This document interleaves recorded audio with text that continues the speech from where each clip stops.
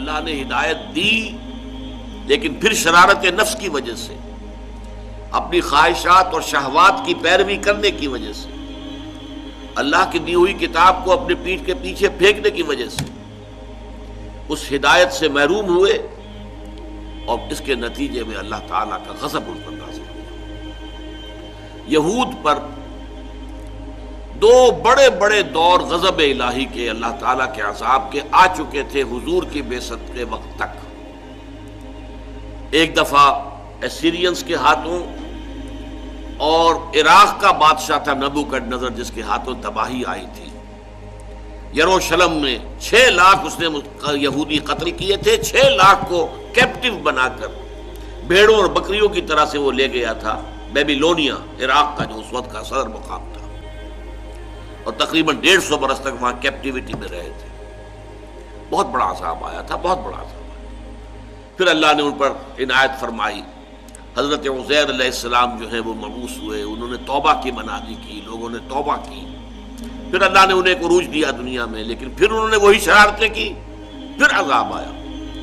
پہلے یونانیوں کے ہاتھوں آیا، اسکندر الیگزینڈر دی گریٹ کے ہاتھوں، پھر رومیوں کے ذریعے آیا، اور اس عذاب کی انتہا کیا تھی؟ سن 70 عیسوی میں یروشلم میں 1,33,000 یہودی ایک دن میں قتل کیا، اور ان کا ہیکل جو دوبارہ بنایا تھا انہوں نے، پہلے تو مسمار کیا تھا نبوکڈنضر نے، جب دوبارہ بنایا اسے اس نے پھر ٹائٹس رومی نے، جنرل جو تھا رومن، اس نے ختم کیا۔ وہ پڑا ہے آج تک، مسمار پڑا ہوا ہے، اس کی بنیادوں کو ڈھونڈتے پھرتے۔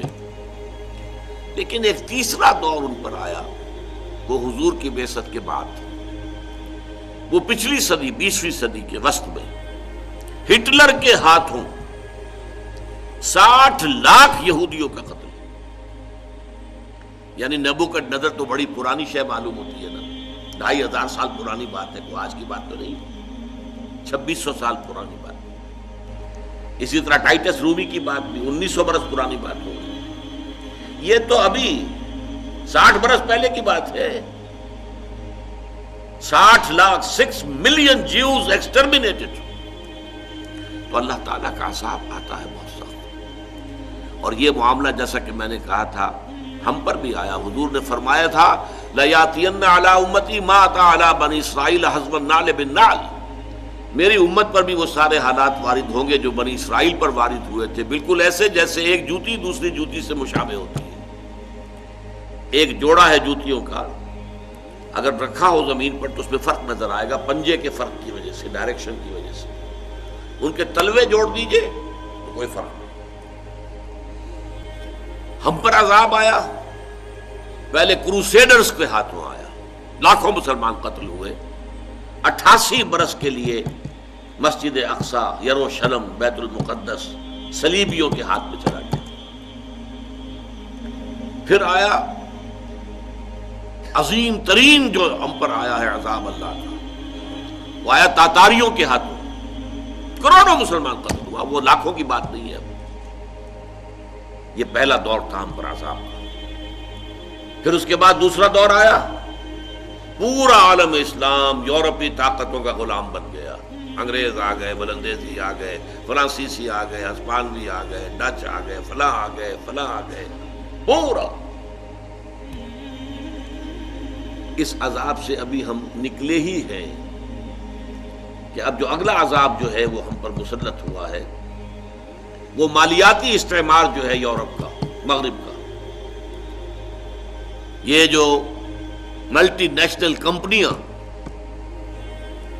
Globalisation, I M F, world bank, TRIPS, یہ سب کیا ہے؟ پوری دنیا کو اپنے شکنجے میں لینے کے لیے یہودیوں کی ساری ایجادات، اور اس میں یہ کہ بدقسمتی سے بہت سخت عذاب جو ہے، ہولوکوسٹ کی طرح کا عذاب مجھے اندیشہ ہے کہ امت پر آنے والا ہے، اس لیے کہ ہم نے بہت بڑا جرم کیا ہے اللہ تعالیٰ کے خلاف۔ جب تک ہم انگریزوں کے، فرانسیسیوں کے، ہسپانویوں کے، اطالویوں کے غلام تھے، ہم کہہ سکتے تھے اللہ ہم کیا کریں، ہم غلام ہیں، ہمارے ہاتھ میں اختیار نہیں۔ جب انگریز چلا گیا، اطالوی چلے گئے، ہسپانوی چلے گئے، بلندیزی چلے گئے، اور کم سے کم بظاہر اختیار ہمارے ہاتھ، اب ہم نے اللہ کے دین کو نافذ نہیں کیا، اس سے بڑا جرم کیا ہوگا؟ جو ملک آزاد ہوا اس نے یا تو اپنا قبلہ بنا لیا ماسکو کو اور یا قبلہ بنا لیا واشنگٹن کو۔ مجھے اندیشہ ہے، ڈر ہے، خوف ہے کہ بہت بڑا عذاب، بہت بڑی سزا امت مسلمہ پر آنے والی ہے۔ اگرچہ اس کے بعد اور بھی دور فلک ہے ابھی آنے والے، ناز اتنا نہ کریں ہم کو ستانے والے، ٹیبلز ول بی ٹرنڈ، پھر اسلام کا بول بالا ہوگا پوری دنیا کے اندر، پوری دنیا پر نظام خلافت علی منہاج النبوت قائم ہوگا، یہ ہوگا، ہو کر رہے گا، لیکن اس سے پہلے ہمیں ایک بڑی سزا، الملحمۃ العظمی، الملحمۃ الکبریٰ، جس کی خبر دی ہے محمد رسول اللہ صلی اللہ علیہ وسلم نے، اور جس کی کہ خبر دی تھی سینٹ جان نے، جو ریولیشنز، آخری کتاب ہے بائبل کی، ریولیشنز، آرمگڈون کے نام سے ایک بہت بڑی جنگ ہوگی، اس کے لیے فضا ہموار ہو رہی ہے، تیاریاں ہو رہی ہیں، وہ زیادہ دور نہیں ہے۔